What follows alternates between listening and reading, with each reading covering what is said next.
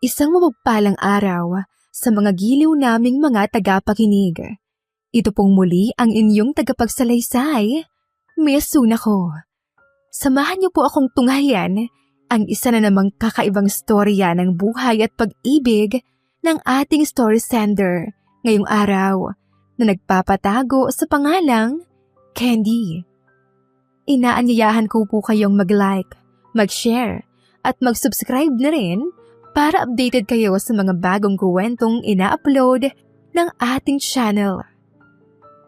Isang magandang araw sa inyo, Miss Sunako, at ganoon din sa inyong libu-libong taga-subaybay. Sana po ay nasa mabuti kayong kalusugan sa oras na mabasa nyo ang liham kong to. Itago nyo na lamang po ako sa pangalang Candy. 50 taong gulang na ngayon at kasalukuyang nakatira dito sa Calamba, Laguna. Miss Sunako, isa akong miyembro ng LGBTQ. In short, isa akong lantad na Becky.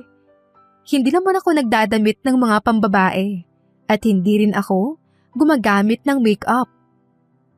Pero sa unang tingin pa lang sa akin ay alam mo na kaagad na isa nga akong ganon. Sana po ay magustuhan ninyo ang kwento ng buhay ko. Nangyari ito noong year 2009. Kasalukuyan akong nagtatrabaho noon sa isang beauty salon, di kalayuan sa lugar namin. Isa akong hairdresser noon. May 2 pa akong kasamahan doon, si Monique at Maricel. Parehong babae. Pero tinalo pa ang mga Becky sa pananalita. Silang 2 lang ang malalapit kong kaibigan.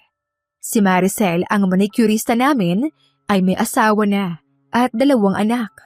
Nagtatrabaho sa Dubai ang mister nito. Si Monique naman, na isang makeup artist, ay dalaga pa rin. Maganda si Monique, maputi, matangkad, at may pagkatsinita ang mga mata. Ang totoo, maraming lalaki na ang dumadalaw sa salon namin para ligawan siya. May kaya pa nga at guwapo ang ilan. Pero nakapagtataka na wala siyang sinasagot isa man sa mga ito. Dahilan niya, wala raw siyang time sa love life. Naiintindihan ko naman dahil iyon din ang mindset ko. Wala akong oras sa pag-ibig.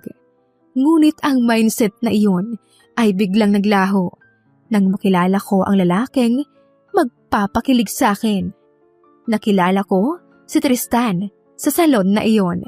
Isang bagong lipat na binata sa kabilang eskinita kung saan nakapwesto ang pinagtatrabahuan kong salon. That time ay 23 years old pa lamang siya at nagtatrabaho sa isang kilalang appliance center bilang customer support service. Isang araw ay nagtungo siya sa aming salon para magpagupit ng buhok. At aaminin ko na sa unang kita ko pa lang sa kanya nang pagpasok niya sa pintuan ng shop ay kaagad akong nagkagusto dito. Maputi si Tristan, gwapo, may 2 dimple sa magkabilang pisngi. Matangkad din siya at higit sa lahat magalang at mabango. Yes, Miss Sunako. Ang mga katangian na iyon kaagad, ang lahat na nakita ko sa kanya on that very first day. Kaya naman, dahil ako lang ang nag-iisang manggugupit ng buhok doon, ay excited akong pinaupo siya sa harapan ng salamin upang simulan ang paggugupit sa kanya. Nang tanungin ko siya at sabihin naman niya sa akin kung anong klaseng gupit ang gusto niya, ay alam ko na kaagad kung anong estilo iyon. At syempre, dahil nga hindi na ako baguhan sa ganoong trabaho, kabisado ko na ang iba't ibang hairstyles na gusto ng aming mga clients, depende sa kanilang edad. Ang galing mo. Kuwang-kuha mo yung style na gusto ko talaga. For sure. Mapapadalas ako dito sa salon nyo. Maraming salamat ah. Ito nga pala yung bayad. Keep the change na lang. Wika niya sa akin nang matapos ko na siyang gupitan. Ay, totoo ba? Binobola mo naman ako eh. Pero sige na nga. Maniniwala na ako. Pero naman sa susunod na bumalik ka ulit dito, huwag ka mag-alala. Next time, bibigyan kita ng discount. masaya at tila kinikilig na tugon ko habang nakatitig sa kanyang gwapo at makinis na mukha. Talaga? Aasahan ko yan Pero syempre, joke lang. Alam ko namang negosyo to kaya dapat magbayad ng tapat. Ang makahulugan niya namang sagot, bagay na mas lalo kong hinangaan sa kanyang personalidad. Matapos nga ang usapan namin na iyon, ay nagpaalam na si Tristan at tuluyan na itong umalis ng salon. Lumingon pa siya sa akin ng bahagya bago nagpatuloy sa paglabas ng pinto. Ang hindi ko alam ay nakikita palang lahat ng aking best friend na si Monique. Ang ika nga ay kilig moments namin na iyon ni Tristan. Kaya naman, sinita niya ako nang kami na lamang ang naroon sa loob ng salon. Hoy, bakla ng taon! Anong kaiklatan yun? Bakit parang kilig na kilig ka dyan? First time client natin yun. Sita niya sa akin na bahagya pang kinurot ang aking tagiliran. Kaya nga, parang umaalembong ka na naman sa lagay na yan Saka sino naman nagsabi sa'yo na bigyan mo ng discount yon next time na bumalik siya? Baklang to? Pabiro at natatawang dagdag naman ni Maricel na isa rin naming kasamahan sa salon. Alam nyo, ang KKJ nyo. Hayaan nyo na lang ako. Type ko lang naman si Boylet. At kahit pa maubos ang lahat ng sweldo ko para lang mabigyan siya ng discount, gagawin ko Pero sa totoo lang, friends, type ko talaga siya. Promise. Pagseseryoso kong wika sa kanila. Hindi naman makapaniwala ang aking mga kasamahan nang sabihin ko iyon sa kanila. Misuna ko. Unang beses ko pa lamang daw kasing nakita si Tristan, kaya imposibleng type ko na siya agad. Pero nanindigan naman ako sa aking mga sinabi. Sa huli, wala na rin silang nagawa, kundi ang ipaubayan na lamang sa akin ang sitwasyon. Nang mga sumunod na linggo at buwan, ay hindi na muli pang nagpakita si Tristan. Iniisip ko na busy lamang siya sa trabaho, kaya wala siyang oras upang magpagupit ng buhok. At isa pa, hindi naman siguro pwede na kada linggo siya magpagupit ng buhok, lalo pa nga kung hindi pa iyon kailangan. Ngunit ng mga sumunod na buwan, ay nagulat na lamang ako nang muli siyang bumalik doon upang magpagupit. At gaya ng dati, masaya akong sinalubong siya at ibinigay sa kanya ang pinaka-the best na hairstyle na alam kong magugustuhan niya. Ang buong akala ko ay doon lamang magtatapos ang pagkikita namin na iyon. Pero bago siya muling umalis, ay tinawag niya ako at tinanong ang contact number ko, kung saan ako maaaring makausap o tawagan kung sakaling may mga tanong siya tungkol sa iba pa naming mga ino-offer na serbisyo. Kaya naman syempre, mabilis ko nang binigay ang aking contact number sa kanya. That time kasi ay keypad na cellphone pa lamang ang gamit ko, kaya hindi pa ako makagawa ng mga social media accounts. At isa pa, hindi naman kasi ako tetchy na tao. Labis naman ang aking tuwa nang mangyari iyon. Hindi ko kasi inaasahan na aabot sa paghingi ng aking numero ang usapan at pagkakakilala namin na iyon ni Tristan. Kahit pa nga sabihin na tungkol lamang iyon sa negosyo o sa serbisyo na inaalok namin sa kanya, ay iba pa rin pala sa pakiramdam na yung crush mo mismo ang nagfo-first move. Sa totoo lang, misuna ko, that time ay nasa 34 years old na ako. Pero nang mga panahon na iyon, ay noon ko pa lamang naranasan yung kakaibang kilig at inner joy na sinasabi nila. Noong kabataan ko pa kasi, ay hindi naman ako nakaranas ng ganoong tunay na saya dahil maaga ako naging independent at nag-focus sa self-improvement. Nagdaan pa ang mga araw, linggo at buwan, naging madalas ang pagkikita namin ni Tristan sa salon. Minsan nga, kahit wala naman siyang ipagagawa, ay naroon pa rin siya upang makipagkwentuhan. At minsan pa nga ay dinadalahan niya pa kami ng merienda kapag araw na wala siyang pasok sa trabaho. That time ay mas lumalim na ang komunikasyon namin at ipinagtapat na rin niya sa akin na hindi naman talaga tungkol sa serbisyo ng salon ang pakay niya. Kaya niya nagawang ipashare ang contact details ko. Inamin niya na interesado siya sa akin. Kaya naman, hindi ako makapaniwala na nangyayari iyon sa mga panahon na yon. At dahil nga halos tuwing day off niya ay naroon siya sa salon, naging mas lalo siyang ka-close ng aking mga kaibigan at madalas na rin namin siyang nakakabiruan. Pero isang araw, nakadama ako ng tila paulit-ulit na lang ang nangyayari at ginagawa namin, Mizuna ko. Hindi ko na nga napansin na nagle-level up na pala ang samahan namin noon kahit pa nasa loob lang kami ng salon palagi. Ang aking mga kaibigan lamang na sina Maricel at Monique ang nakapansin doon. Hoy, Candy Box! Magtapat ka nga sa akin. May relasyon na ba kayo ni Tristan? Pansin ko kasi, sobrang sweet niya sa iyo eh. Daig niyo pa ang bagong kasal kapag magkakaharap tayo dito at nagkukwentuhan sa tuwing walang clients. Sitapa sa akin ni Monique. At hindi lang yun ha, may pamerienda pa at bahatid sundo pa sa apartment kapag closing time na. Yung totoo, jowa mo na ba siya? Aminin mo na nga. Okay lang naman sa amin no? Di naman kami makikialam kasi alam namin na dyan ka sasaya. Singit naman ni Maricel sa usapan. Ganun ba? Sorry hindi ko napapansin na ganoon na siya sa akin. Ang iniisip ko lang, syempre magkakasama tayo. E di feeling ko, para sa ating lahat yung sweetness at pag-aasikaso niya. Tugon ko naman sa kanila. Matapos silang sabihin sa akin ang bagay na iyon, ay saka ko lamang napagtanto ang mga bagay na ginagawa para sa akin ni Tristan.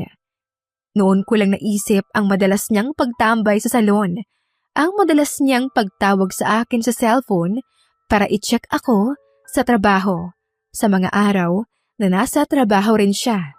At ang mga araw na paghatid niya sa akin pauwi sa apartment sa tuwing magsasarado na ang salon.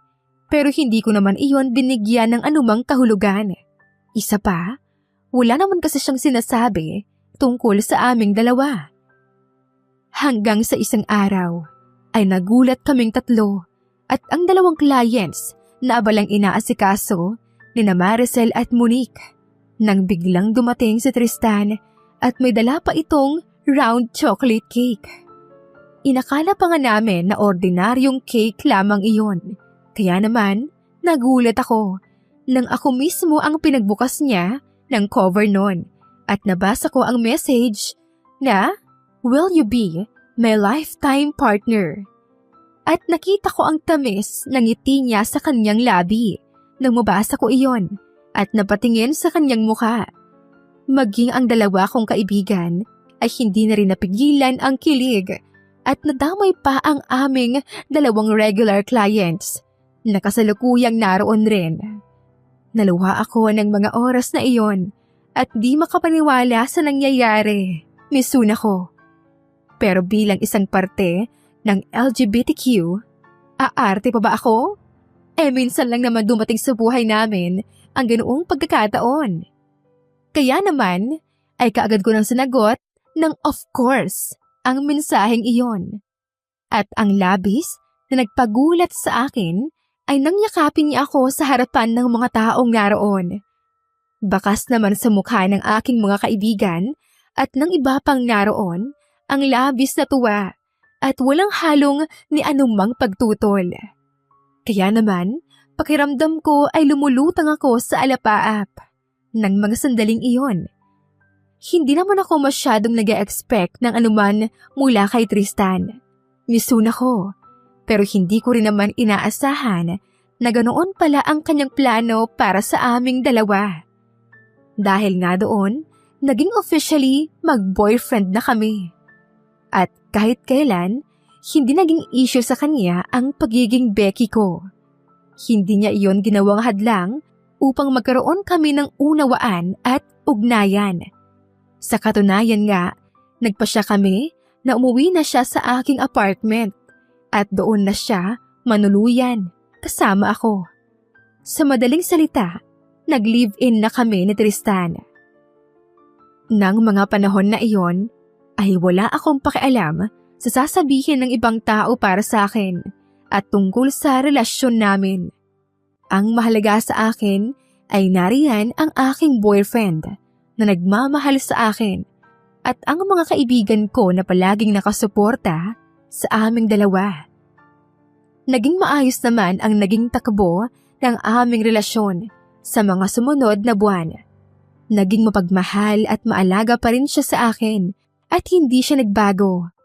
Kung meron man siyang ipinagbago, iyon ay yung mas lalo pa niya akong minahal at mas lalo pa siyang naging maaalalahanin sa akin. Ni minsan ay hindi naging isyo sa amin ang tungkol sa pera at sa anumang maliit na bagay. Kaya naman, sa loob ng 8 buwan ay masasabi ko na naging maayos at masaya ang takbo ng aming relasyon ni Tristan. Kaya lang, lahat naman talaga ng maayos na relasyon ay hindi pwedeng hindi dumaan sa pagsubok.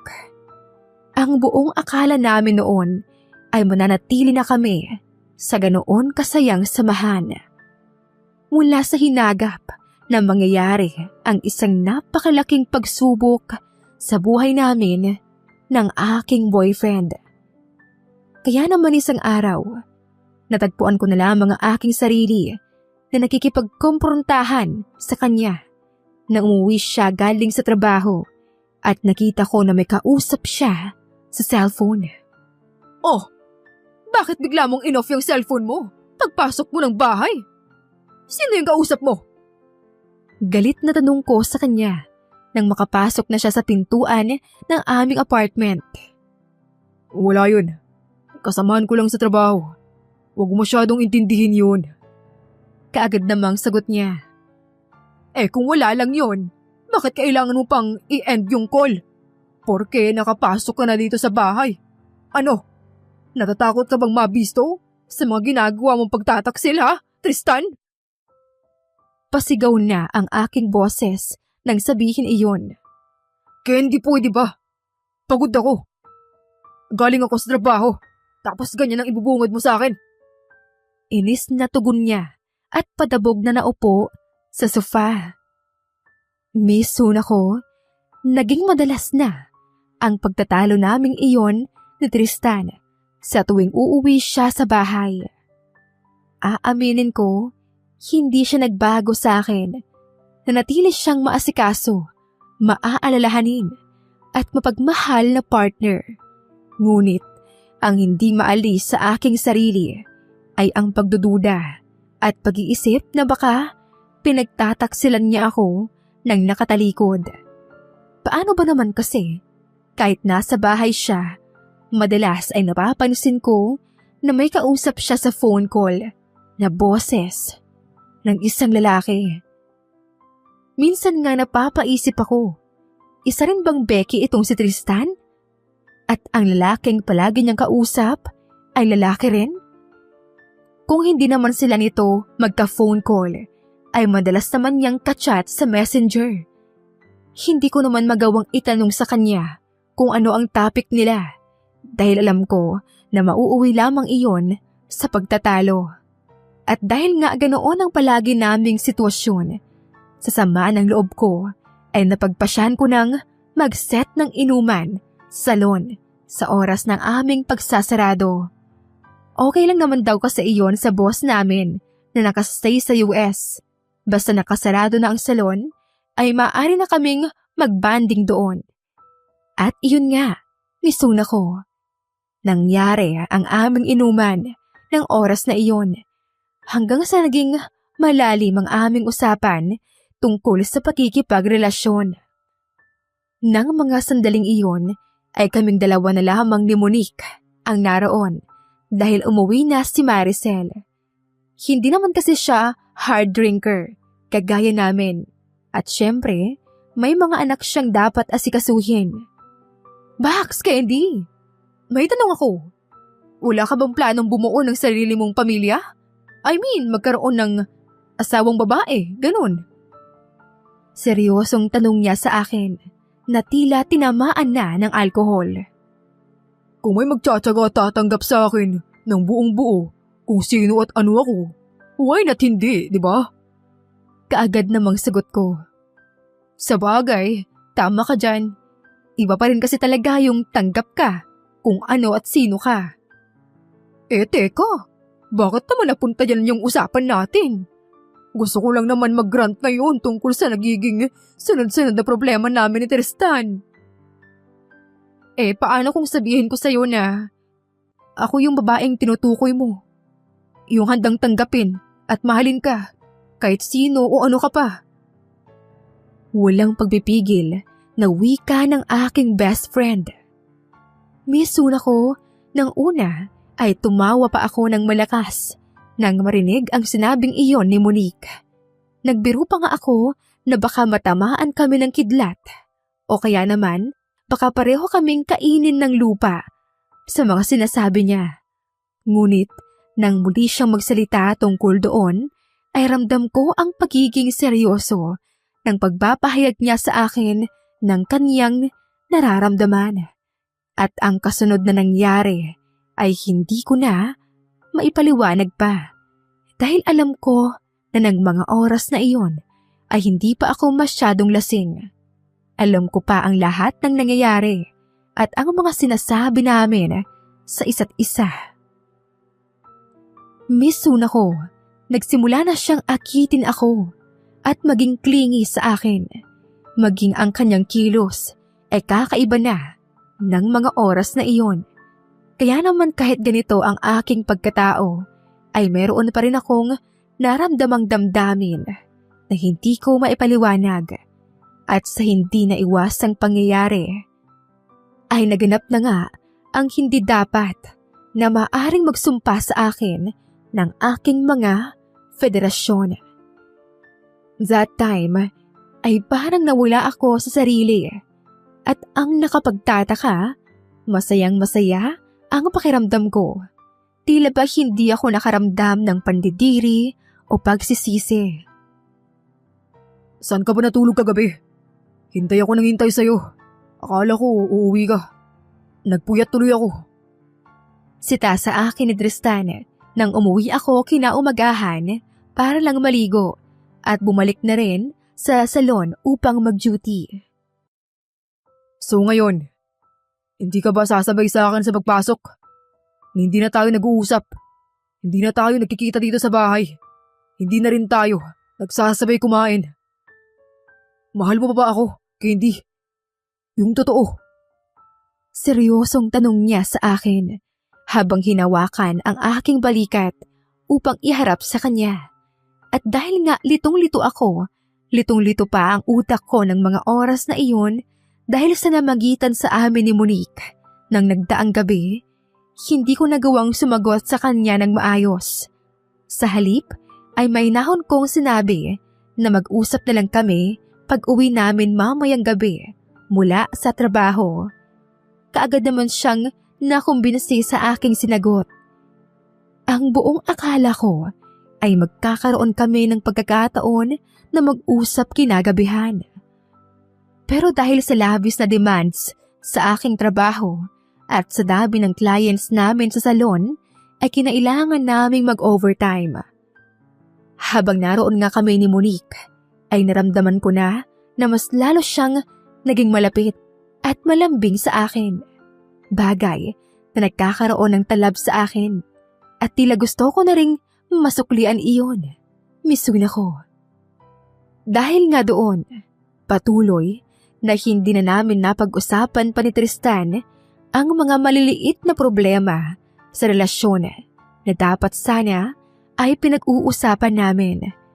Kaya mas lalo kaming tila naging malayo sa isa't isa kahit pa magkasama lamang kami sa iisang bubong. At habang nangyayari iyon, ay mas lalo naman akong napapalapit kay Monique. Buntis ako, Candy. At syempre alam mo naman na ikaw ang ama nito. Dahil wala naman akong ibang nakakasama kundi ikaw lang. Ang kinakabahang pagbabalita sa akin ni Monique nang gabing mag-usap kami sa salon. Madalas ay iniiwan na kami doon ni Maricel sapagkat hindi naman siya nag-iisip ng masamang bagay tungkol sa amin. Tiwala naman siya na kaming dalawa na lamang doon ni Monique ang maiiwan palagi upang magsarado ng salon. Nang malaman kong buntis si Monique, ay magkahalong damdamin ang bumalot sa akin noon. Takot dahil iniisip ko kung paano ko iyon ipapaliwanag kay Tristan kapag malaman niya. At masaya dahil sa wakas ay mararanasan ko na rin na maging buo ang pagkatao ko dahil magkakaroon na ako ng anak na nagmula mismo sa akin. Sa amin ni Monique. Puno naman ng takot ang isip ko. Ipinasya kong panagutan ang ipinagbubuntis niya dahil alam ko na iyon ang tamang gawin. Naisip ko noon, bahala na kung ano ang kahinatnan ng relasyon namin ni Tristan. Basta gusto ko lamang na maging totoo sa aking nararamdaman at maging responsableng ama kahit na ganito ang aking pagkatao. Ang akala ko ay ganoon na lang magiging madali ang lahat sa amin. Pero isang araw, nang ipagtapat ko kay Tristan ang nangyari sa amin ni Monique. Gaya ng inaasahan, nagalit siya, nagwala, nagbasag ng mga gamit sa bahay. Ngunit hindi niya nagawang saktan kahit dulo ng daliri ko. Sa halip ay umiiyak siyang nagtapat ng isang bagay na nagpahagulgol sa akin sa pag-iyak. Sinayang mo ang lahat, Candy. Kung alam mo lang na sobrang kitang minahal, naging totoo ako sa'yo kahit madalas ako ang pinagbibintangan mo nagtataksil sa'yo. Pero ang totoo, ikaw palang gumagawa nun sa akin nang hindi ko alam. Umiiyak habang nakaupo sa sofa. Naturan niya. I'm so sorry, Tristan. Minahal naman talaga kita eh. Alam mo yan. At alam ko yun sa sarili ko. Sorry kung napuno ako ng pagdududa at hindi kita pinaniwalaan. Sagot ko naman sa kanya sa nagsusumamong boses. Gusto ko lang sabihin sa'yo at ipaalam sa'yo na yung madalas kong kausap sa cellphone at sa messenger ay kaibigan ko na may alam tungkol sa mga couple rings at engagement rings. Siya ang pinagtatanungan ko ng tungkol sa mga bagay at magandang iregalo sa'yo para sana sa 1-year anniversary natin. Pero mukhang di na yun kailangan. Mabuti na lang at nalaman ko to ng mas maaga. Candy, pinag-ipunan ko yun. Espesyal yun para sa akin dahil gusto ko sana mapasaya ka sa mismong pagsapit ng 1 taon ng relasyon natin. Humahagulgol. Nawika niya pa. Sa puntong iyon ay mas lalo na rin akong naiyak dahil sa aking mga nalaman. Napagtanto ko na dahil lang sa muling pagdududa ko ay ako pa ang malakas ang loob na nakagawa ng kataksilan kay Tristan na wala naman palang ibang pinangarap kundi ang gawin akong masaya sa espesyal na araw namin. Ngunit ang lahat ng iyon ay sinayang ko lamang at hindi binigyan ng halaga. Kung sana lang ay nakiramdam ako sa mga kilos at galaw niya, kung sana lang ay hindi ko siya pinag-isipan ng masama. Sa halip na silipin ang mga imperfections niya na tanging nasa maruming isipan ko lamang naman pala. At dahil nga doon misuna ko, ay nagpasya na lamang na umalis si Tristan sa apartment. Ang sabi niya sa akin, kahit daw labis niya akong mahal, ay wala siyang magiging laban at pagtutol dahil kailangan kong panagutan at maging ama sa batang dinadala ni Monique. Sa huli, naunawaan naman niya ang sitwasyon ko. Binati rin niya ako dahil sa pagkakaroon ng matatawag na sarili at buong pamilya. At nakipag-usap rin siya kay Monique na wala siyang anumang galit o sama ng loob dito. Sa halip ay naghangad pa siya ng masaya at maayos naming pagsasama. Nang umalis siya sa apartment, ay halos 1 buwan akong wala sa aking sarili. Hindi ako makakain. Hindi ako makapagtrabaho ng maayos. Hindi rin ako makapag-isip ng tama. Dahil sa labis na guilt sa nagawa ko sa kanya. Ngunit hindi naman ako nagsisisi sa relasyon namin ni Monique. Dahil sa kabilang banda, iyon naman talaga ang pangarap ko na akala ko ay hindi na magkakaroon ng katuparan pa. Ang magkaroon ng sariling pamilya. At dahil nga sa tulong ni Monique, ng mga panahong lugmok ako sa sakit na nararamdaman ko na ako rin naman mismo ang naging dahilan, hindi niya ako iniwan. Palagi siyang nariyan para sa akin. At higit sa lahat, hindi siya napagod na mahalin ako. Kaya naman, unti-unti akong nakabawi at nakalimot sa guilt feelings ko para kay Tristan. Nagpakasal kami ni Monique bago pa lumaki ang kanyang tiyan. At sa maniwala kayo at sa hindi, naging maayos at masaya ang aming pagsasama. Becky pa rin naman ako hanggang ngayon, pero hindi naman na iyon naging hadlang para tanggapin ako ng mga magulang ni Monique. Ang importante raw ay responsable akong tao at hindi sasaktan ang anak nila na siya kong tinupad. Sa ngayon, Misuna ko, ay nagsasama pa rin kami ni Monique at meron na kaming 3 anak na pawang mga babae. Wala na akong naging balita pa kay Tristan, pero kung nasaan man siya ngayon, sana ay masaya siya at natagpuan na niya ang taong makakasama niya sa habang buhay. Yung hindi siya bastang pagdududahan at hindi sasayangin ang pag-ibig niya. Hanggang dito na lamang po ang aking istorya, Misuna ko. Maraming salamat po sa pagbabahagi ng oras na basahin ng aking liham. Sana po ay nagustuhan ito at nakapulutan ng aral ng inyong mga tagapakinig. God bless and more power sa channel nyo. Lubos na nagmamahal, Candido, aka Candy, ng Calamba, Laguna. Sana po ay nagustuhan ninyo ang ating kwento ngayong araw. Ako po si Misuna ko at hanggang sa susunod na kwento.